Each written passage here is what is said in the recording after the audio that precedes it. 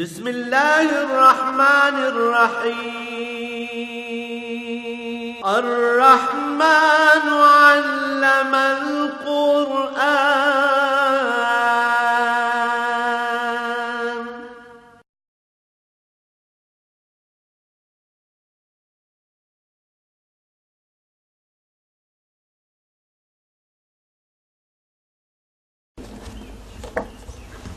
راشد حبیب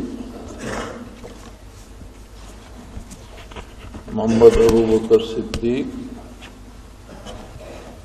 مظہر حسین طارق محمود محمد صادق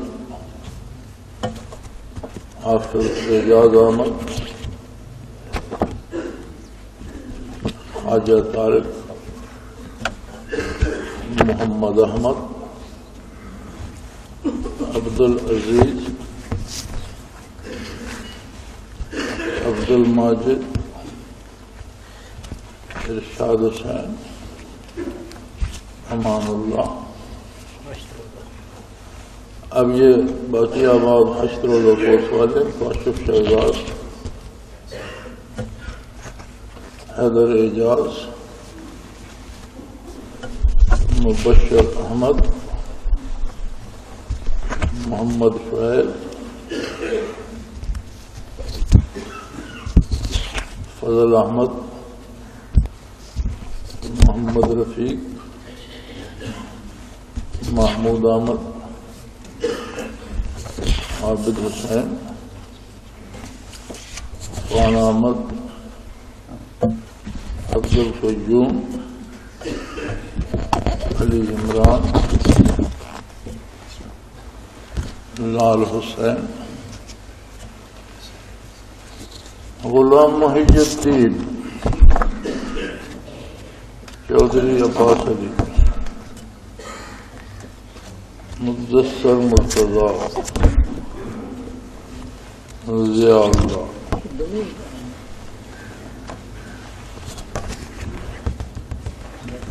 ولی الدین عمران اکرم حکیم محمد صدیق عبد الشکور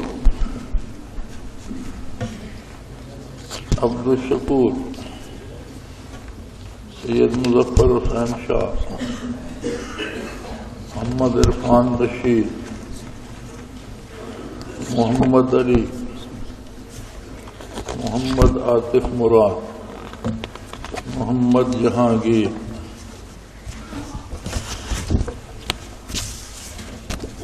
محمد بشیر سلیمان محمد ایوب محمد عظیم محسن چشتی غلام رسول محمد وسیم محمد شعیب خان محمد سعید شیخ محمد عثمان محمد نسیم.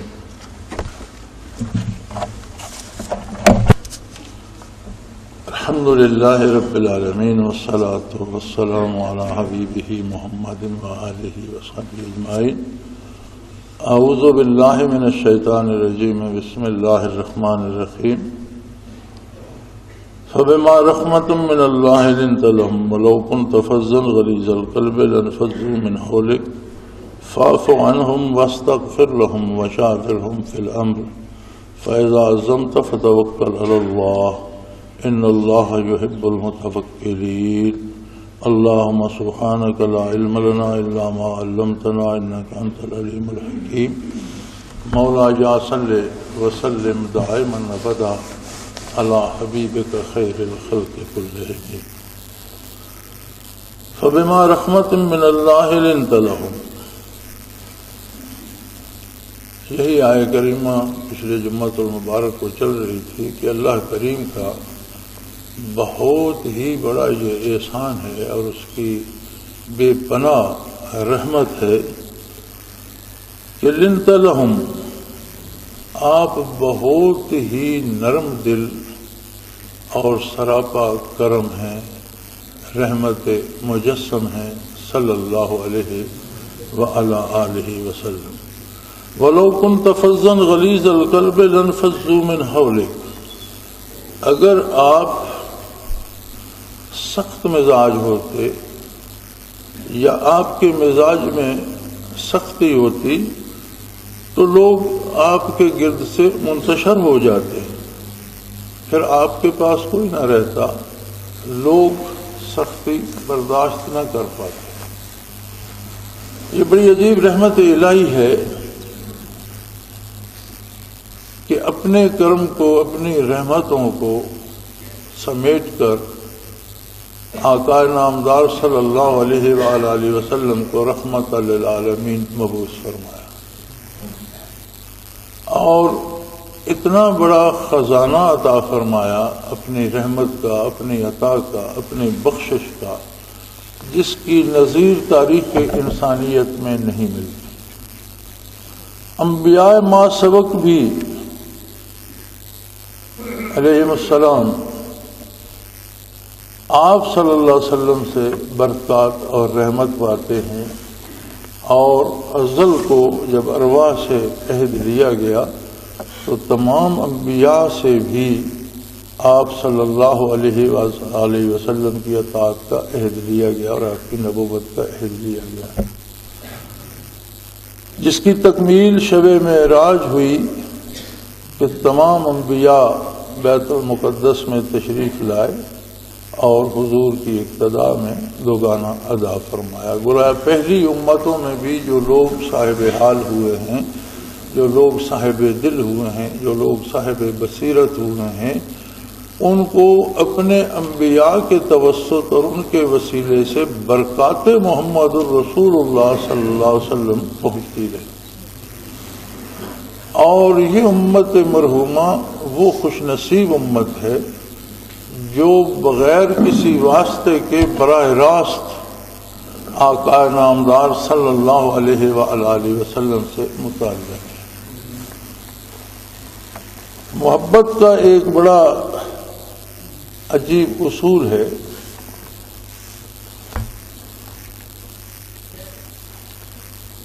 امام راضی رحمۃ اللہ تعالی علیہ نے تفسیر کبیر میں محبت پر بحث کرتے ہوئے فرمایا ہے کہ یہ ایک جذبہ لطیف ہے جسے محبوب کا کرم بڑھا نہیں سکتا، اس کی سختی گھٹا نہیں سکتی۔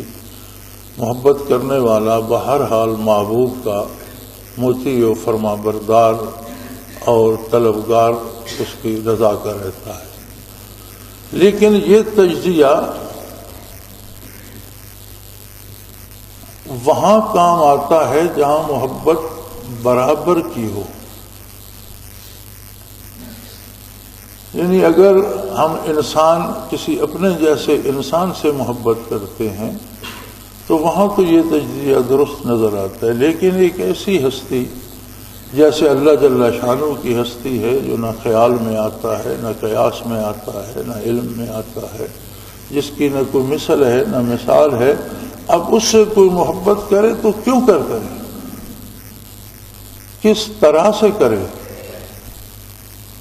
محبت کرتا ہے کوئی کسی کی کسی ادا پہ قربان ہو جاتا ہے، محبت ہو جاتی ہے، آواز سے پیار ہو جاتا ہے، شکل سے پیار ہو جاتا ہے، عادات و خصائل سے پیار ہو جاتا ہے، شعراء نے قد و قامت کی تعریف کی ہے، لیکن جو ہستی ادراک سے بالا تر ہے، جس میں نہ آپ کوئی خط و خال دریافت کر سکتے ہیں، نہ قد و قامت کی بات کر سکتے ہیں، وہاں محبت کیسے ہوگی؟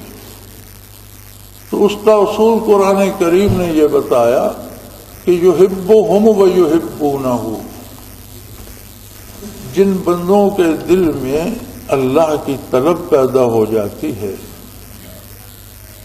اور جو کائنات کو دیکھ کر خالق کائنات کے کمالات کو دیکھ کر، اس کی تخلیق کو دیکھ کر اس کی عظمت کے قائل ہو جاتے ہیں، جو اس پیغام کو پا کر جو اللہ نے اپنے نبی صلی اللہ علیہ وسلم کے وسیلے سے دیا ہے فدا ہو جاتے ہیں اور ان کے دل میں ایک تمنا پیدا ہوتی ہے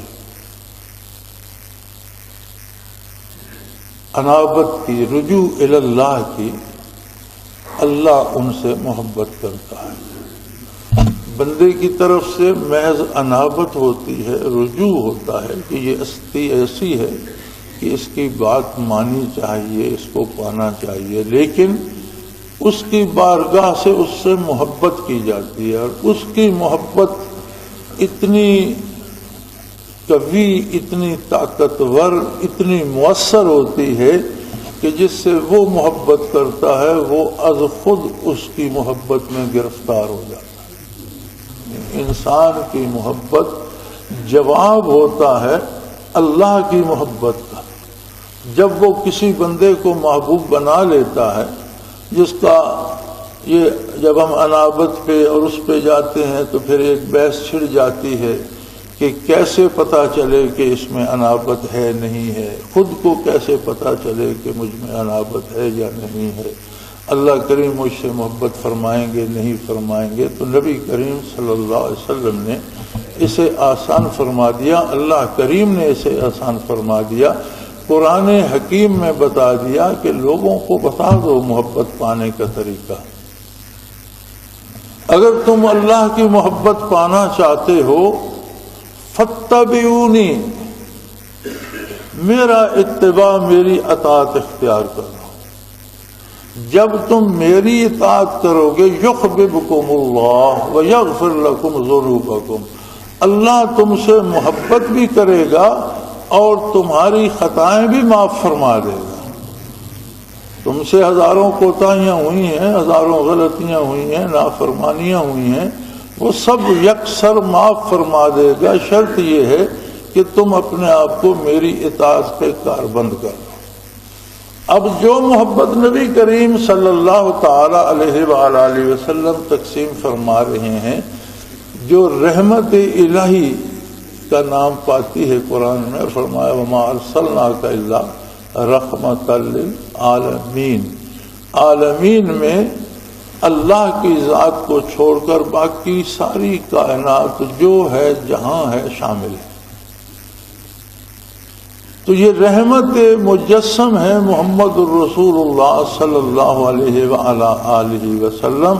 اور مزے کی بات یہ ہے کہ جس ہستی کے پاس اللہ کی محبتوں کا خزانہ ہے، اللہ کی رحمتوں کا خزانہ ہے، اللہ کی برکتوں کا خزانہ ہے، وہ اس خزانے کو بانٹنے میں اس پر ایک مزید رحمت ہے اللہ کی، کہ اللہ کی رحمت سے لنت لہم، آپ بہت ہی نرم دل ہیں اور دونوں ہاتھوں سے لٹاتے ہیں، کوئی مانگنے والا ہے۔ یعنی یہ وہ بارگاہ ہے کہ جہاں وہ تو ہی ناداں چند کلیوں پہ قناعت کر گیا، ورنہ گلشن میں علاج تنگی داماں بھی ہے۔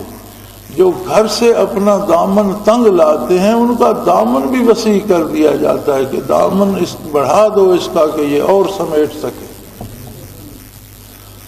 اور خدا نہ خواستہ جس طرح مستشرقین اعتراض کرتے ہیں کہ نبی کریم صلی اللہ علیہ وسلم نے معاذ اللہ تلوار کے زور سے اسلام پھیلایا اور زبردستی لوگوں کو اپنے ساتھ لگایا، فرمایا وَلَوْ كُنْتَ فَظًّا غَلِيظَ الْقَلْبِ، اگر آپ سخت گیر یا سخت مزاج ہوتے تو سختی کا جواب کبھی محبت سے نہیں ملتا۔ جہاں بھی کوئی سختی کرے گا جواب میں نفرت پائے گا، جہاں بھی شدت ہوگی جواب میں محبت نہیں آئے گی، جواب میں نفرت آئے گی۔ یہی دلیل کافی ہے کہ جسے محبت پیغمبر نصیب ہوئی اس کے لیے دنیا تو دنیا، دنیا و آخرت کے کوئی معنی نہ رہے بجز اس کے پیغمبر صلی اللہ علیہ وسلم۔ جسے اس کا کوئی ذرہ بھی نصیب ہو گیا، جس نے اسے چکھا، لذت میں بخدا نہ شناسی تا نہ چشی، کہ اس نشے کی لذت کو آپ جب تک چکھیں گے نہیں آپ سمجھ نہیں سکتے. یعنی جب تک محبت ہوگی نہیں تو آپ کیسے سمجھیں گے؟ اور جب محبت ہوتی ہے تو محبت بندے کا اپنا اختیار سلب کر دیتی ہے، اپنے فیصلے سلب کر دیتی ہے، اپنی تجویزیں ختم کر دیتی ہے. پھر صرف ایک راستہ رہ جاتا ہے، محبوب کی خوشنودی، اس کی رضامندی. اور جب محبوب ایسا ہو کہ جس کی کمال رحم دلی کے اور نرم دلی کے کمال کے دعوے اللہ کریم فرما رہے ہوں کہ اللہ کی رحمت سے آپ بہت ہی نرم مزاج، نرم دل، بہت ہی محبت کرنے والی ہستی ہیں، کوئی ذرا سا آپ کی طرف جھکے تو آپ اس پر اللہ کی رحمتیں نچھاور کر دیں. حضرت شیبہ رضی اللہ تعالی عنہ اہل مکہ میں سے تھے اور فتح مکہ کے موقع پر مسلمان ہوئے، لیکن ان کا باپ اور ان کا بھائی بدر میں مارے گئے تھے مکے والوں کی طرف سے. وہ خود بیان کرتے ہیں کہ میرے دل میں وہ بڑا قلق تھا.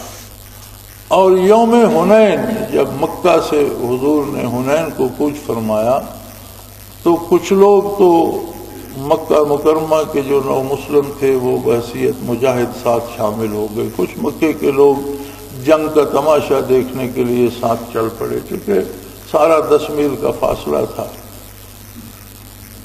تو وہ فرماتے ہیں میں جب گھر سے نکلا تو میرے دل میں میرے باپ اور میرے بھائی کا دکھ تھا، اور میں یہ سوچ رہا تھا کہ جنگ میں تو گھمسان پڑ جاتا ہے اور کسی کو کسی کا ہوش نہیں رہتا، تو میں اس وقت معاذ اللہ نبی کریم صلی اللہ علیہ وسلم پر وار کر کے اپنے دل کی آگ بجھا لوں گا. یہ لے کر دل میں نکلا. اور واقعی حنین میں جب طوفان مچا اور فوجیں ٹکرائیں ایک دوسرے سے تو گرد اڑی، اور بالکل مورخین لکھتے ہیں، سیرت میں لکھتے ہیں کہ رات نظر آتی تھی، اس طرح گرد اڑی اور اس طرح ہنگامہ مچا اور اس طرح طوفان تھا کہ دن کو بھی رات کا سما نظر آتا تھا. تو وہ فرماتے ہیں کہ میں بڑا حضور صلی اللہ علیہ وسلم کی طرف دائیں سے گیا تو حضرت عباس رضی اللہ تعالی عنہ دائیں طرف موجود تھے. پھر میں بائیں سے گیا، مجھے یاد نہیں کون سا نام انہوں نے لیا، پھر کوئی جانثار بائیں طرف موجود تھے. میں پیچھے سے بڑا، میں پیچھے تھا، حضور سامنے ملاحظہ فرما رہے تھے، لیکن میرا نام لے کر مجھے پکارا اور کہا شیبہ سامنے سے آؤ. میں دھک سے رہ گیا اور میں شرمندہ حضور کے سامنے فرمایا قریب آؤ. جب میں اور قریب گیا تو آپ نے میرے قلب پر انگلی مبارک رکھی اور دعا کی اللہ اس کے دل کو بدل دے. وہ فرماتے ہیں کہ اس لمحے میں نے یہ محسوس کیا کہ دنیا و ما فیہا کو ان قدموں پہ نچھاور کیا جا سکتا. میرے نزدیک محمد الرسول اللہ صلی اللہ علیہ وسلم سے زیادہ محبوب کوئی نہ رہا. مجھے سب کچھ بھول گیا. اور حضور نے فرمایا دیکھ کیا رہے ہو، جاؤ کافروں پر ٹوٹ پڑو. فرماتے ہیں میں پلٹ کر کافروں پر ٹوٹ پڑا اور بڑی دل کی بھڑاس نکالی، بڑا لڑا. اب آپ اندازہ کیجئے کہ جو محبت لے کر جائے گا وہ کیا پائے گا کہ اگر کوئی دشمنی لے کر قریب جاتا ہے تو وہ محبت لے کے پلٹتا ہے، وہ عشق لے کے پلٹتا ہے. مشہور واقعہ، حضور آرام فرما رہے تھے، کسی جگہ لشکر کا قیام تھا، آپ مجاہدین سے الگ ہو کر ایک درخت کے نیچے آرام فرمانے لگے اور اپنی تلوار مبارک درخت سے لٹکا دی.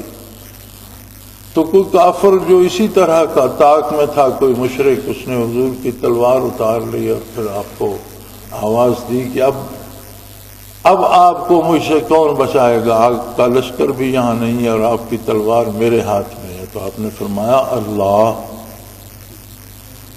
تو حضور کے اللہ فرمانے سے اس پر ایسا لرزہ طاری ہوا کہ تلوار اس کے ہاتھ سے چھوٹ کر گر پڑی.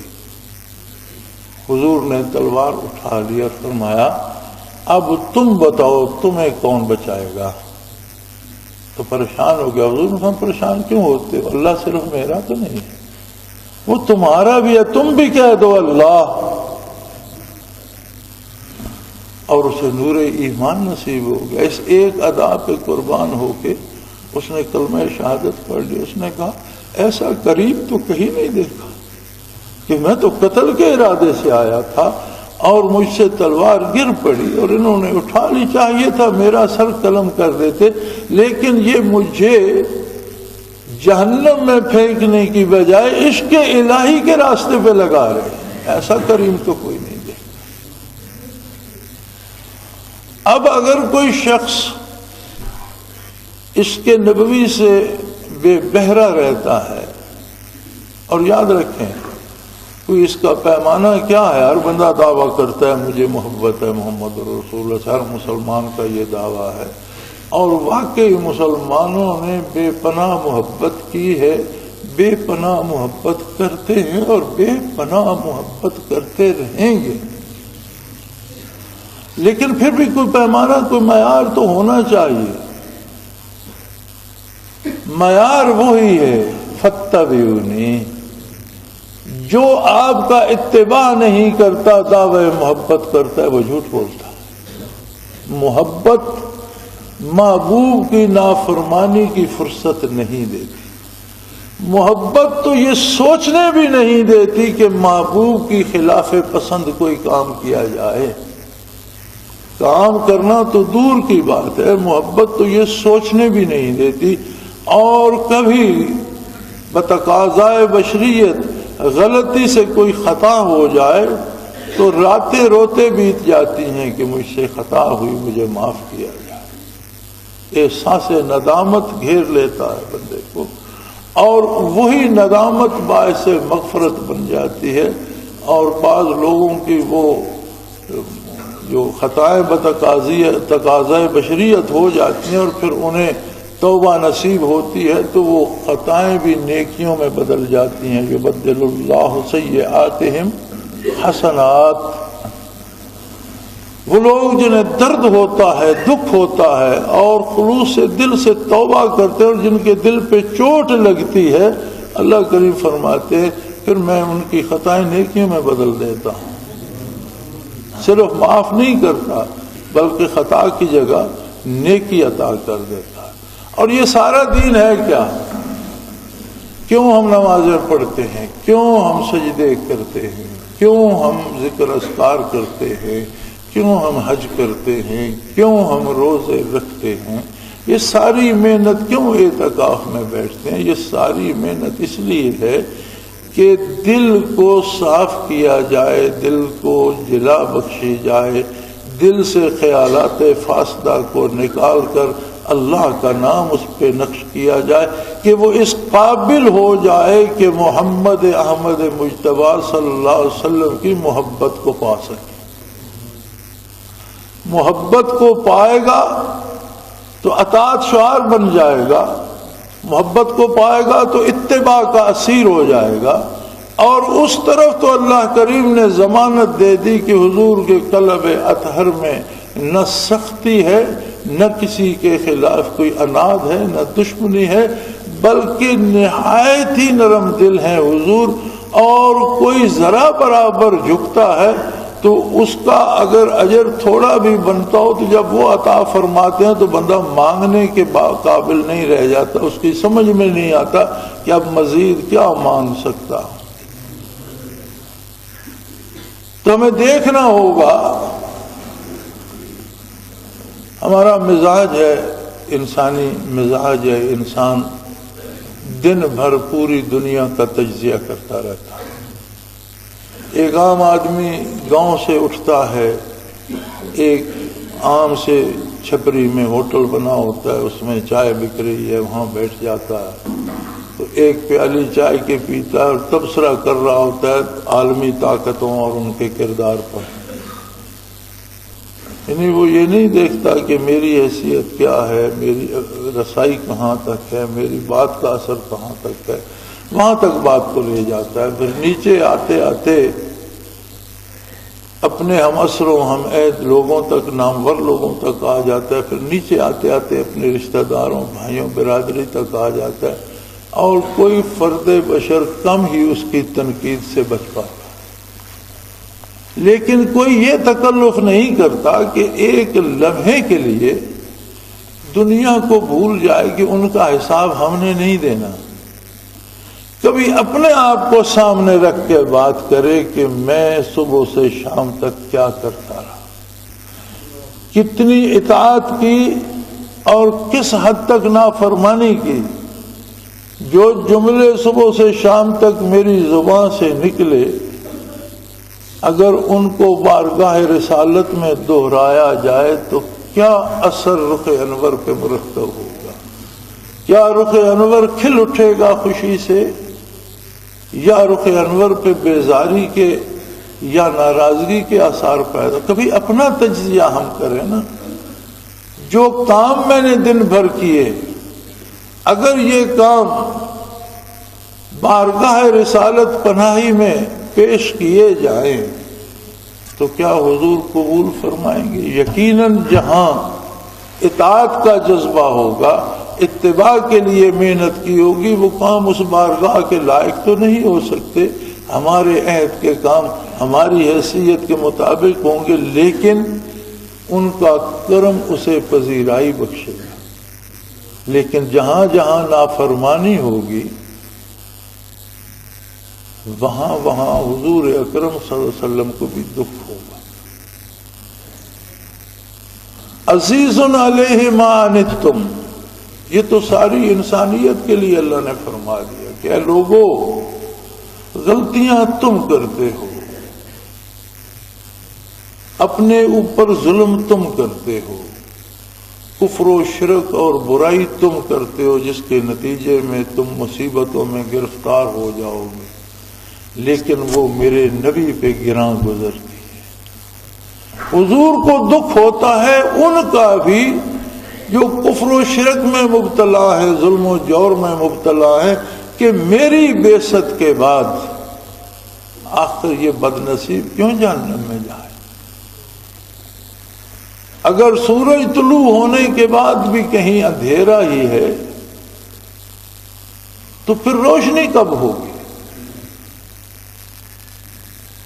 حضور نبی کریم صلی اللہ علیہ وسلم کی بعثت کے بعد بھی اگر ظلمت ہی ہے، تاریکی ہی ہے، تو کوئی روشنی کی امید. اور فرمایا اس بات کا دکھ محسوس کرتے ہیں آقا نامدار صلی اللہ علیہ وسلم. اور جب بات مسلمان کی، مومن کی آتی ہے تو فرمایا بالمؤمنین رؤوف الرحیم، مومنوں کے ساتھ تو آپ درگزر کرنے والے بھی ہیں، رحم کرنے والے بھی. ایک ہستی جو بارگاہ رسالت میں خطائیں ہم کرتے ہیں اور بخشش وہ مانگتے ہیں. اب اگر ان کی محبت کا بھی ہم حق ادا نہ کر سکیں، تو بہت بڑی سی بات ہے. اس کے لیے کوشش بھی نہ کر سکیں تو پھر کیا فائدہ. ہم نے بہت سی چیزیں ثواب کے نام پر مقرر کر لی ہیں. جمعۃ المبارک ویسے بھی ہفتے کے 7 دنوں کا سردار ہے، رمضان المبارک مہینوں کا سردار ہے، اور پھر رمضان المبارک کا جمعہ ہو اور پھر جمعۃ الوداع ہو. میں نہیں سمجھتا کہ اس کا یہ نام مناسب ہے یا نہیں. مراد تو اس کا معنی تو یہ ہے کہ رمضان وداع ہو رہا ہے، رمضان جا رہا ہے، لیکن اس کا حق یا اس کا مفہوم تو یہ ہے کہ یہ نتیجے کا دن ہے. جمعۃ الوداع رمضان کی رخصتی کا دن نہیں ہے، یہ اس نتیجے کا دن ہے کہ اس مبارک مہینے میں، جس میں ہر عمل کی فضیلت لاکھوں گنا بڑھ جاتی ہے، ہر سجدے پہ لاکھوں سجدوں کا ثواب ملتا ہے، ہر نماز پہ کئی گنا زیادہ ثواب ملتا ہے، ہر نیکی کئی گنا اجر پاتی ہے، اور جس میں بخشش مانگنے والوں کو عام بخشا جاتا ہے، بخشش عام ہوتی ہے، بارگاہ الوہیت سے پکارا جاتا ہے کہ ہے کوئی بخشش مانگنے والا، جس کی خطائیں معاف کر دی جائیں، جس کا پہلا عشرہ ہے ہی رحمت کا، دوسرا بخشش کا، اور تیسرا جہنم سے آزادی کی سندیں دینے کا ہے، عتق من النار، دوزخ سے آزادی کے پروانے ملتے ہیں۔ اور پھر اس آخری عشرے میں مبارک دن جمعے کا آ جاتا ہے، جو اپنی فضیلت کے اعتبار سے دنوں کا سردار ہے۔ کچھ اس کے ساتھ غیر ضروری فضیلتیں بھی وابستہ کر دی گئی ہیں، جیسے جمعۃ الوداع کو 5 نمازیں قضا کرو تو ساری عمر کی قضا ہو جاتی ہیں۔ ایسا نہیں ہے، آپ 5 قضا کریں گے تو 1 دن کی قضا شدہ نمازیں ہی ادا ہوں گی۔ یہ الگ بات ہے کہ ان پہ 5 پہ اللہ 5 لاکھ کا ثواب دے دے تو ثواب 5 لاکھ کا ہوگا، ادا 1 ہی دن کی ہوں گی۔ جتنی قضا ہوئی ہیں ان میں سے 1 دن کی اگر آپ 5 نمازیں قضا کریں گے تو گزشتہ زندگی میں سے کسی 1 دن کی 5 جو قضا ہوئی تھیں ادا ہو جائیں گی، ساری عمر کی نہیں ہوں گی جو تصور بنا دیا گیا، یہ درست نہیں۔ ہاں ان کا ثواب شاید ساری زندگی کی نمازوں سے بڑا ہو، یہ الگ بات، ثواب کا ملنا، اجر کا ملنا الگ بات ہے، اور فرائض کی ادائیگی جو ذمہ داری ہے یہ ایک الگ بات۔ علماء حق نے اس کا طریقہ یہ بتایا ہے کہ بندہ اپنی زندگی کا تجزیہ کر کے اندازہ کر لے کہ سال یا 2 سال یا 5 سال یا 10 سال کی نمازیں چھوٹ گئی ہیں، تو کم از کم ہر روز ہر نماز کے ساتھ 1 قضا بھی ادا کر لیا کرے، تو 1 نماز روزانہ 1 دن کی نمازیں لوٹائی جائیں گی تو 5 سال یا 10 سال جتنا عرصہ چھوٹی نہیں ہے اتنا عرصہ پڑتا رہے، درمیان میں موت آ گئی تو وہ غفور الرحیم ہے، بندے کے ذمہ تو اس راستے پہ چلنا ہے، بخشش تو اس کی ہے، عطا تو اس کی، لیکن اگر فرصت ملے تو وہ پوری کرے۔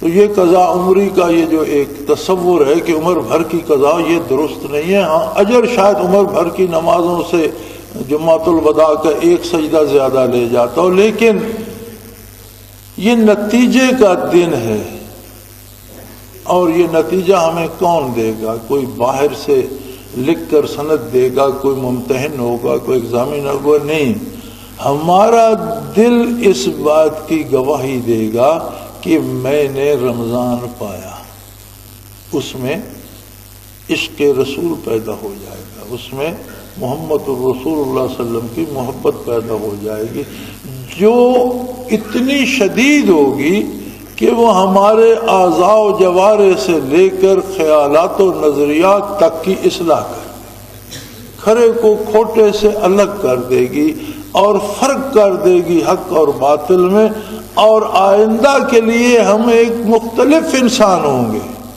ہماری سوچ بدل جائے گی، مختلف ہو جائے گی، کردار بدل جائے گا، اور ہم خود محسوس کریں گے کہ دنیا کی محبت اور دنیا کا لالچ اور ہر جائز و ناجائز وسیلے سے دولت جمع کرنے کی خوبو نکل گئی ہے، اب رزق حلال کی تمنا رہ گئی ہے کہ رزق حلال کا حصول تو عبادت ہے اور فرض عین ہے۔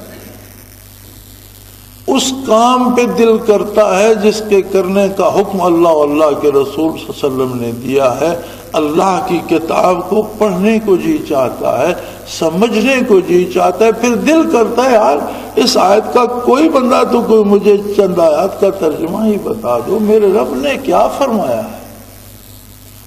اللہ کی یہ کتاب ایک ایک بندے کی طرف، ایک ایک بندے کو، اسلام صرف مسلمانوں کے لیے نہیں ہے، اور آقا نامدار صلی اللہ علیہ وسلم صرف مسلمانوں کے نبی نہیں ہیں، آپ بعثت سے قیامت تک ساری انسانیت کے لیے نبی ہیں، اور جتنے دروازے بارگاہ الوہیت میں تھے کھلتے تھے اپنے اپنے وقت پہ کھلے، سب بند ہو گئے، اب ایک ہی دروازہ ہے اتباع محمد الرسول اللہ، جو بارگاہ الوہیت میں باریاب ہونے کے لیے ہمیشہ وہاں رہے گا۔ تو بندہ اپنا یہ تجزیہ کرے، رمضان المبارک کو تو آنا تھا، رمضان المبارک آیا، رمضان المبارک کو جانا تھا، رمضان المبارک چلا جائے گا، لیکن یہ 1 مہینہ عجیب تھا کہ اللہ کریم نے سارے شیاطین قید کر دیے،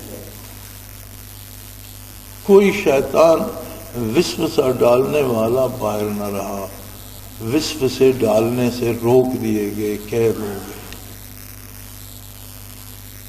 سب سے بڑی سہولت تو یہ ہو گئی۔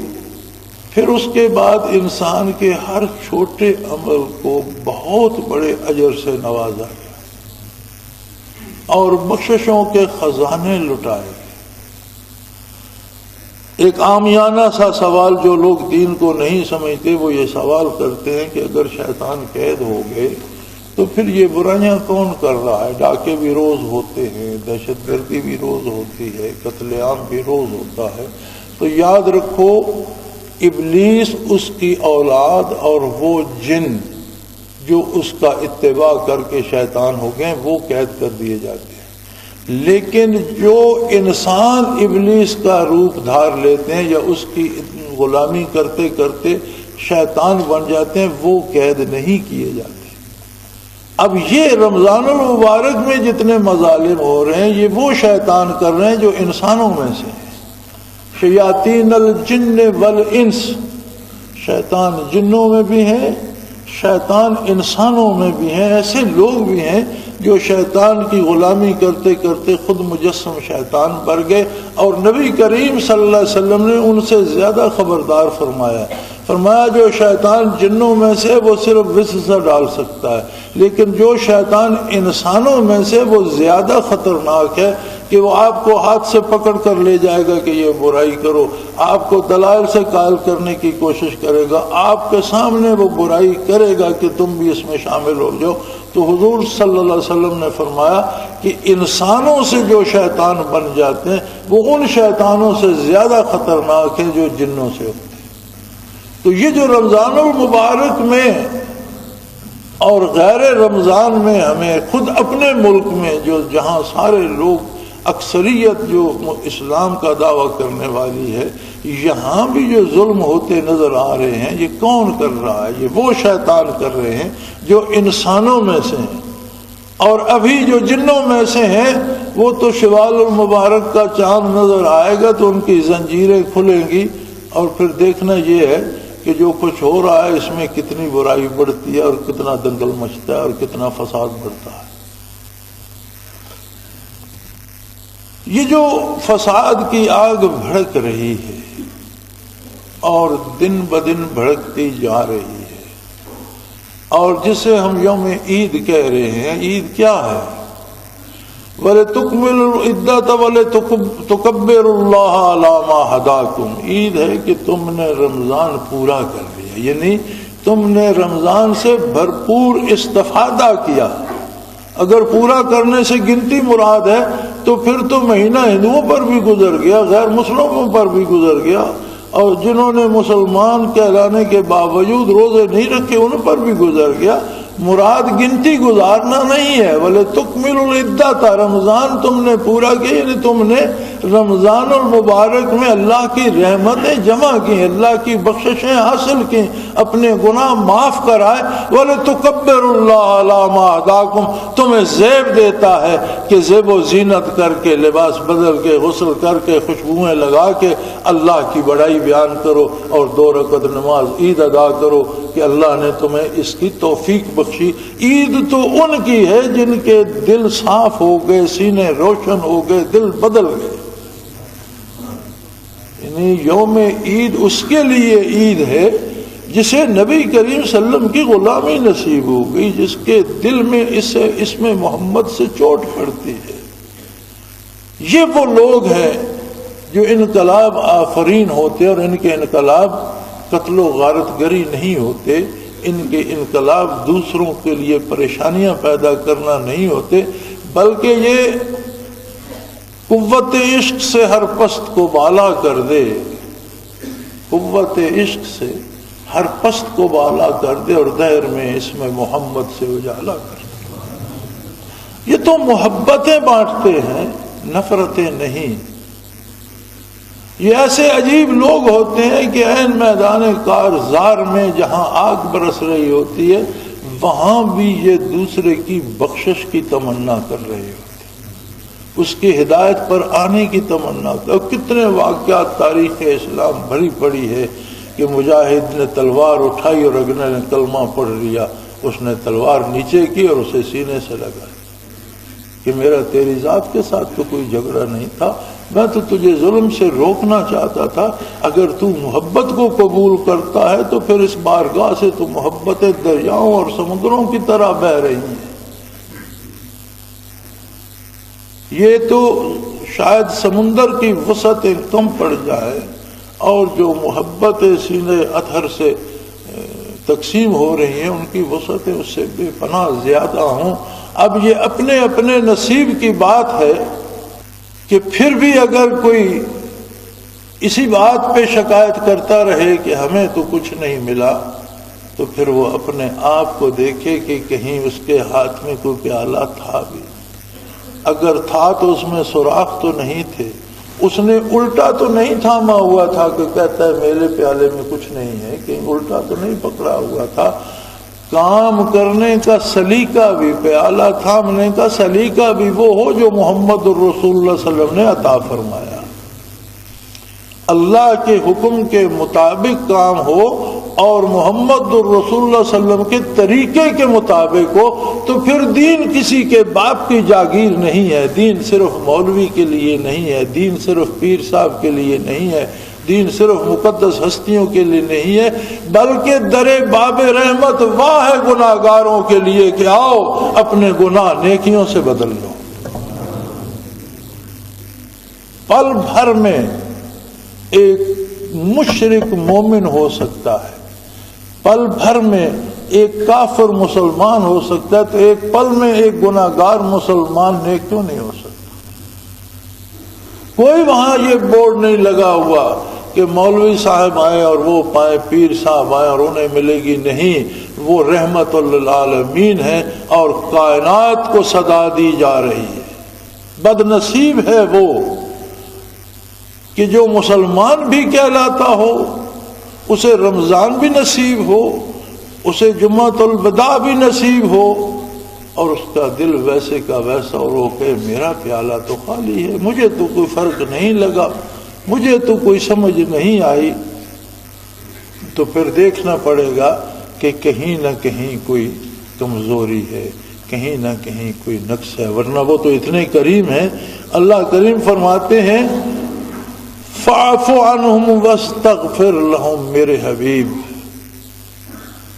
ان گناہ گار مسلمانوں سے درگزر فرمائیے، آپ معاف کر دیجئے ان کو جن سے خطائیں ہوتی ہیں۔ واستغفر لہم، آپ ان کے قائد ہیں، آپ ان کے سربراہ ہیں، آپ ان کے امام ہیں، آپ ان کے نبی ہیں، آپ ان کے لیے مجھ سے بخشش طلب کیجئے، یہ آپ کے ہیں، ایسے بھی ہیں، کمزور ہیں، خطا کار ہیں، ان میں لاکھوں انسانی کمزوریاں ہیں، لیکن نام تو آپ کا لیتے ہیں۔ تو میرے حبیب انہیں اگر شعور نہیں ہے بخشش طلب کرنے کا، واستغفر لہم، آپ ان کے لیے بخشش طلب فرمائیے۔ واہ کیا کرم! آپ کرم کا انداز دیکھیے، اللہ کی رحمت کا انداز دیکھیے، منصب رسالت کی عظیم کرم فرمائیاں دیکھیے کہ ہم وہ لوگ جنہیں کوئی گاؤں میں نہیں جانتا، ہم وہ لوگ جن کی گھر میں کوئی اہمیت نہیں ہے، ہم میں ایسے افراد بھی ہیں جن کے افراد خانہ انہیں کوئی اہمیت دینے کو تیار نہیں ہے، اللہ اور اللہ کا رسول انہیں معروف نہیں فرماتا۔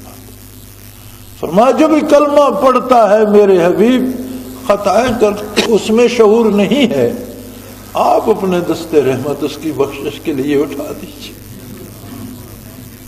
کیا عجیب بات ہے، کیا عجیب کرم ہے کہ ایک بندے پہ رمضان بھی گزرا، اللہ نے رحمتیں لٹا دی، بخشش کے لیے آوازیں دی، بلایا، اور ایک ایک سجدے کی قیمت لاکھوں گنا بڑھا دی، اس پہ بے شمار اجر عطا فرمائے۔ پھر بھی اگر بندے کا دل صاف نہیں ہوا، اس میں کوئی کمی رہ گئی ہے، تو اگر وہ آپ کے دامن سے وابستہ ہونے کا دعوے دار ہے تو میرے حبیب اس کی خطاؤں سے درگزر فرما کر اس کے لیے اپنے دستے رحمت اٹھا دیجیے، اس کے لیے بخشش طلب فرما دیجیے۔ لیکن یاد رکھیں جو بھی اس زمرے میں آئے گا اب میرا آپ کو نہیں پتا کہ میں کیا کرتا ہوں، اور آپ کا مجھے نہیں پتا کہ آپ کیا سوچتے ہیں، کیا کرتے ہیں۔ ظاہر ہم ایک دوسرے کو جانتے ہیں، دل کے بات اللہ جانتا ہے، لیکن ہم اپنی بات تو جانتے ہیں۔ ہمیں اپنے قلب کا اندازہ لینا چاہیے کہ جن کی بخشش کے لیے محمد الرسول اللہ نے دستے رحمت اٹھا دیے، اب وہ ہاتھ تو خالی نہیں آئیں گے، وہ بخشے گئے، اور جو بخشے گئے یقیناً ان کے دل بدل گئے ہوں گے، ان کی سوچیں بدل گئی ہوں گی، ان کے کردار میں تبدیلی آ جائے گی، وہ برائی چھوڑ کر نیکی پہ آ جائیں گے، وہ ظلم چھوڑ کر عدل پہ آ جائیں گے، وہ فوش کلامی چھوڑ کر اللہ کا نام لینے پہ آ جائیں گے، وہ جن زبانوں سے لوگوں کے لیے برائیاں بیان کرتے تھے ان زبانوں سے اللہ کا ذکر جاری ہو جائے گا، درود شریف کے نغمے جاری ہو جائیں گے۔ اور اگر یہ تبدیلی نہیں آتی تو پھر ہمیں سوچنا ہوگا کہ اگر ہم اتنی بخشش میں، جس میں ایک اندھا دھند موسلا دھار بارش ہو رہی ہے، اس میں بھی ہمارا تن نہیں بھیگا تو پھر ہم کب بھیگیں گے؟ ہماری بخشش کب ہوگی؟ یہ رسومات اور رواجات کی بات نہیں ہے، اسلام حقائق پہ بات کرتا ہے، اسلام قصے کہانیوں کا مذہب نہیں ہے، حقیقتوں کا مذہب ہے، اور ہر فرد بشر کو اپنے آپ کو جانچنا چاہیے، دیکھنا چاہیے، اور اس نے تو وہ اعزاز بخشا ہے، رب کریم نے جو عزت بخشی ہے، فرمایا میرے حبیب ان سے اگر غلطیاں ہوتی ہیں تو درگزر فرمائیے، آپ اپنے دست مبارک اٹھا دیجئے، واستغفر لہم، ان کے لیے بخشش مانگیے، وشاورہم فی الامر، اور انہیں اتنی اہمیت دیجئے کہ ملکی قومی معاملات میں ان سے مشورے لیا کیجیے، یعنی ان نااہلوں کو آپ کا دست شفقت اٹھا کر ان کے لیے بخشش مانگنا اس رتبے پہ پہنچا دے گا کہ یہ صاحب مشورہ دینے کے قابل، جو کبھی خود کو نہیں سنبھال سکتے تھے، وہ شاید امور سلطنت میں رائے دینے کے قابل ہو جائے۔ یہ قابلیت کہاں سے آئے گی؟ جب ان کے لیے دست پیمبر بلند ہوں گے دعا کے لیے، بخشش کے لیے، تو یہ بدل جائیں گے۔ لیکن فیصلہ آپ کا ہوگا، فیضا عزمت فتوکل اللہ، فیصلہ مشورہ دے سکتے ہیں، فیصلہ آپ کا ہوگا۔ جب آپ فیصلہ کر لیں پھر اللہ پہ بھروسہ کریں، ان اللہ یحب المتوکلین، کہ اللہ انہی سے پیار کرتا ہے جو اس پہ بھروسہ کرتے ہیں۔ اللہ کریم بہتر جانتا ہے کہ پھر یہ مبارک ساتھ کب آئے گی، تب تک کون ہوگا، کس کو نصیب ہوگی۔ میری ذاتی رائے میں تو اب بھی توبہ کا وقت موجود ہے، اس لمحے موجود میں بھی اپنے آپ میں تبدیلی پیدا کرنے کی فرصت موجود ہے، اب بھی دل سے اطاعت کا عہد کرنے کا لمحہ موجود ہے۔ اب بھی ہمارے بھائی، کتنے دوست تھے جو پچھلے جمعۃ الوداع کو، رمضان المبارک کو ہمارے ساتھ تھے، کتنے بچھڑ گئے۔ کتنے ایسے لوگ تھے جنہوں نے کچھ جمعے رمضان کے ہمارے ساتھ پڑھے، آج وہ نہیں ہیں۔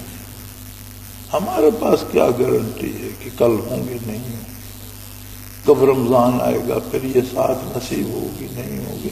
آج اگر دستے دعا بلند ہیں حضور کے، اور حضور تو ہمیشہ یہ کرم فرماتے رہیں گے، حضور تو ہر آن ہر لحظہ اللہ کا حکم ہے اور اللہ کا رسول کریم ہے اور وہ کرم فرماتا رہے گا، لیکن یہ لمحے موجود تو پھر نہیں آئے گا۔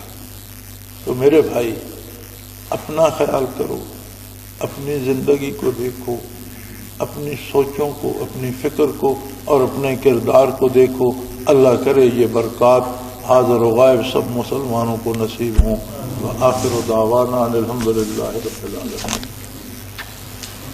اللہ اللہ اللہ اللہ اللہ اللہ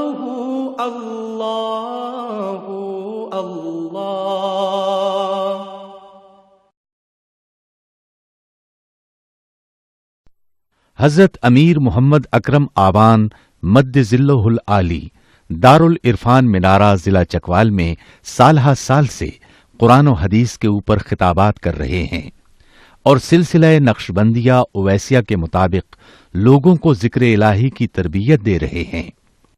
وہ قرآن پاک کی تفسیر ترتیب وار بیان کر رہے ہیں۔ تفسیر قرآن کو وہ موجودہ ملکی اور بین الاقوامی حالات کے مطابق بیان کرتے ہیں۔ موٹر وے سے کلر کہار کے انٹرچینج سے نکلتے ہوئے کلر کہار کی جھیل سے ہوتے ہوئے میانی، بوچھال اور نور پور سے گزرتے ہوئے دارالعرفان منارہ پہنچ سکتے ہیں۔ حضرت امیر محمد اکرم آوان نے بچیوں اور بچوں کی دینی اور دنیاوی تعلیم کے لیے سقارہ اکیڈمی کے نام سے ایک درسگاہ بھی قائم کی ہے، جس کا افتتاح ملک پاکستان کے صدر جنرل محمد ضیاء الحق نے اپنے دست مبارک سے کیا تھا۔ وہ تمام احباب جو اسلام کی طلب رکھتے ہیں ان سے گزارش ہے کہ دارالعرفان منارہ ضلع چکوال میں امیر محمد اکرم آبان صاحب کے خطابات سے مستفید ہوں۔ وہ ہر جمعے کو نماز سے پہلے بیان فرماتے ہیں۔ ہر ماہ کی پہلی اتوار کو ماہانہ اجتماع ہوتا ہے جس میں آپ خصوصی خطاب فرماتے ہیں اور پاکستان کے چاروں صوبوں سے احباب اس اجتماع میں شرکت کرتے ہیں۔ اس کے علاوہ یہاں سال میں 2 مرکزی اجتماعات بھی ہوتے ہیں، ایک رمضان المبارک میں اعتکاف کا اجتماع اور دوسرا جولائی اور اگست میں 40 دن کا اجتماع ہوتا ہے جس میں روحانی تربیت کی جاتی ہے۔ اپنا خون سیماب دے کر اتنا ہم کر جائیں گے، نام آقا کا چمن میں پھر رقم کر جائیں گے۔